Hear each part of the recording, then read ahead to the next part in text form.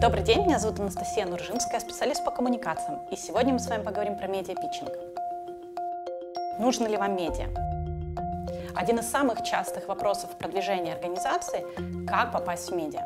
Давайте попробуем разобраться со стороны пиарщика и со стороны журналиста. Как установить первый контакт, как подготовить материалы для медиа, как работать с разными типами медиа. Но есть еще один вопрос, который вам стоит задать в самом начале. А нужно ли вам медиа? Чаще всего ответ – нет. Несмотря на то, что мечта большинства руководителей – собирать пресс-конференции, а обязательно требование к пиарщику – иметь свою базу контактов журналистов, десятки одинаковых перепечаток в новостных агрегаторах помогут в отчетности разве что пиар-агентству, но чаще всего не принесут реального результата вашей организации. Поэтому в первую очередь зададим себе вопрос: а для чего вам в этом конкретном случае нужно медиа? Начнем с задачи. Коммуникации на самом деле могут многое. Менять отношения и поведение, информировать и ломать стереотипы. Медиа развлекают и предоставляют практически полезный контент. А какова задача вашей организации в этом случае, когда вы коммуницируете? Что вы хотите донести через СМИ? Например, привлечь инвесторов в ваш проект.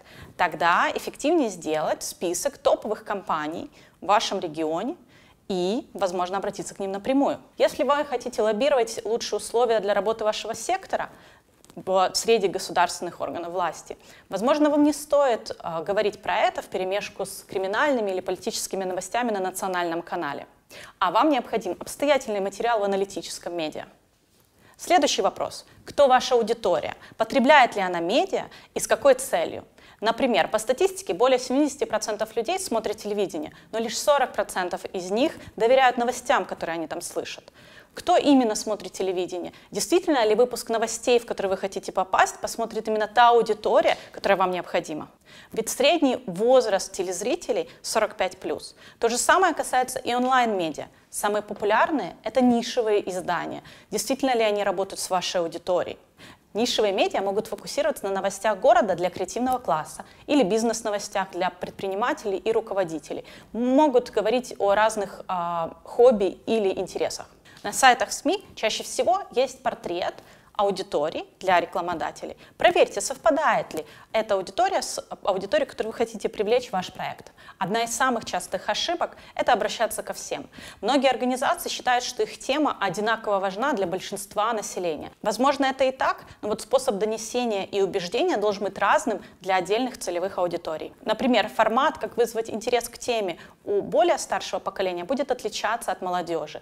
И также есть очень мало программ, которые универсальны как для мужчин, например, и женщин. Важно также принять во внимание, можете ли вы дать тот формат контента, который нужен медиа. Например, телеканалам не подходит пресс-конференция в закрытых помещениях. Хорошим тележурналистам нужна интересная картинка. Сможет ли ваш проект дать историю с визуальным наполнением? Есть ли у вас аналитика или эксперты для отраслевых или деловых изданий? Если вы проанализировали и поняли доказательно, что именно медиа помогут вам в коммуникации с вашей целевой аудиторией, то двигаемся дальше. Задание. Составьте схематично коммуникационную стратегию для вашей организации. Какую проблему вы решаете? Кто ваша целевая аудитория? Какими информационными каналами она пользуется? Какие 3-5 ключевых сообщений вы хотели бы донести до каждой из них?